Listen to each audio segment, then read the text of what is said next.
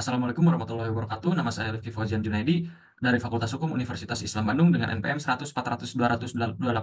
Dalam kesempatan kali ini saya akan mempresentasikan hasil penelitian saya yang berjudul Unsur Tindak Pidana Penipuan Bilet Giro Kosong dan Pertimbangan Hakim berdasarkan Kitab Undang-Undang Hukum Pidana Studi Putusan Nomor 528 Kasus Pidana tahun 2017.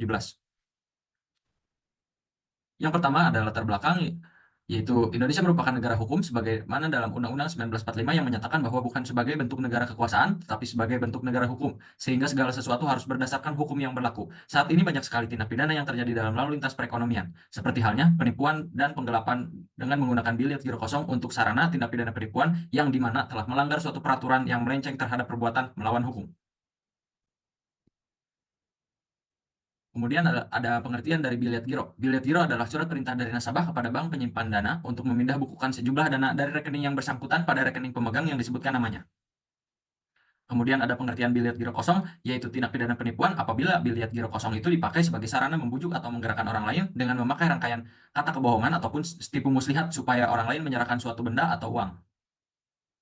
Dalam identifikasi masalahnya, yang pertama adalah apakah unsur-unsur tindak pidana dalam kasus penipuan bilet giro sudah terpenuhi dalam putusan nomor 528 kasus pidana tahun 2017. Yang kedua, bagaimana pertimbangan hakim dalam putusan nomor 528 kasus pidana tahun 2017 pada kasus tindak pidana penipuan bilet giro kosong sudah tepat berdasarkan Kitab Undang-Undang Hukum Pidana. Yang berikutnya adalah tujuan penelitian, yaitu yang pertama untuk mengetahui apakah unsur-unsur tindak pidana dalam kasus penipuan bilet giro kosong sudah terpenuhi dalam putusan nomor 528 kasus pidana tahun 2017. Yang kedua, untuk melihat bagaimana pertimbangan hakim dalam menangani tindak pidana penipuan bilet giro kosong. Kemudian ada metode penelitian. Yang pertama saya menggunakan metode pendekatan yuridis normatif. Yang kedua, menggunakan teknik pengumpulan data, yaitu studi kepustakaan. Yang ketiga, spesifikasi penelitian, yaitu deskriptif analisis. Yang keempat, metode analisis data, yaitu metode kualitatif. Yang kelima, jenis data, menggunakan data premier dan data sekunder. Yang keenam, lokasi dan waktu penelitian, yaitu Perpustakaan Universitas Islam Bandung dan putusan nomor 528 kasus pidana tahun 2017 tindak pidana penipuan bilet giro kosong.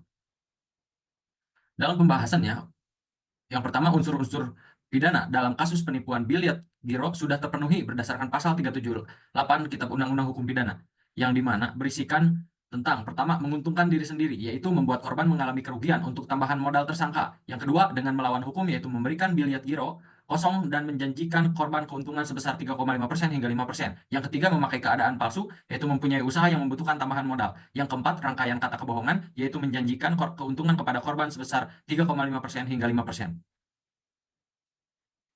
Yang berikutnya adalah pertimbangan hakim dalam putusan kasus tindak pidana penipuan bilet giro kosong sudah tepat berdasarkan Kitab Undang-Undang Hukum Pidana, yang dimana hakim menggunakan yang pertama asas keadilan, yang kedua asas kemanfaatan, yang ketiga asas kepastian hukum, dan yang keempat putusan hakim.